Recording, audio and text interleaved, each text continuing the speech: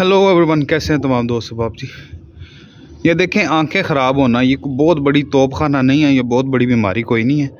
ये मौसम की नज़ाकत और वक्त के हिसाब से ही होता है, ठीक है। ये प्योर मेरा जनाब छत वाले जो है ना, ये उनकी पट्टी है 6-7 पर की, ठीक है। ये देखें, ठीक है। इसके अलावा ये देखें काफ़ी सारे बच्चों की आंखें ख़राब हैं। ये देखें, आज मैंने बाहर निकाले, मैं कहा चलो केज में इनको धूप छुप लगवाता हूँ, ठीक है। तो बिल्कुल परेशान होने की ज़रूरत नहीं है। मैं आपको एक चीज़ बताने लगा हूँ, मैं जब से कबूतर संभाले हैं या ब्रीड करवा रहा हूँ, मैं तब से ये यूज़ कर रहा हूँ आंखें ख़राब के लिए। ये देखें, ये बच्चा बैठा हुआ है, ठीक है, और कोई मसला नहीं है, ठीक है।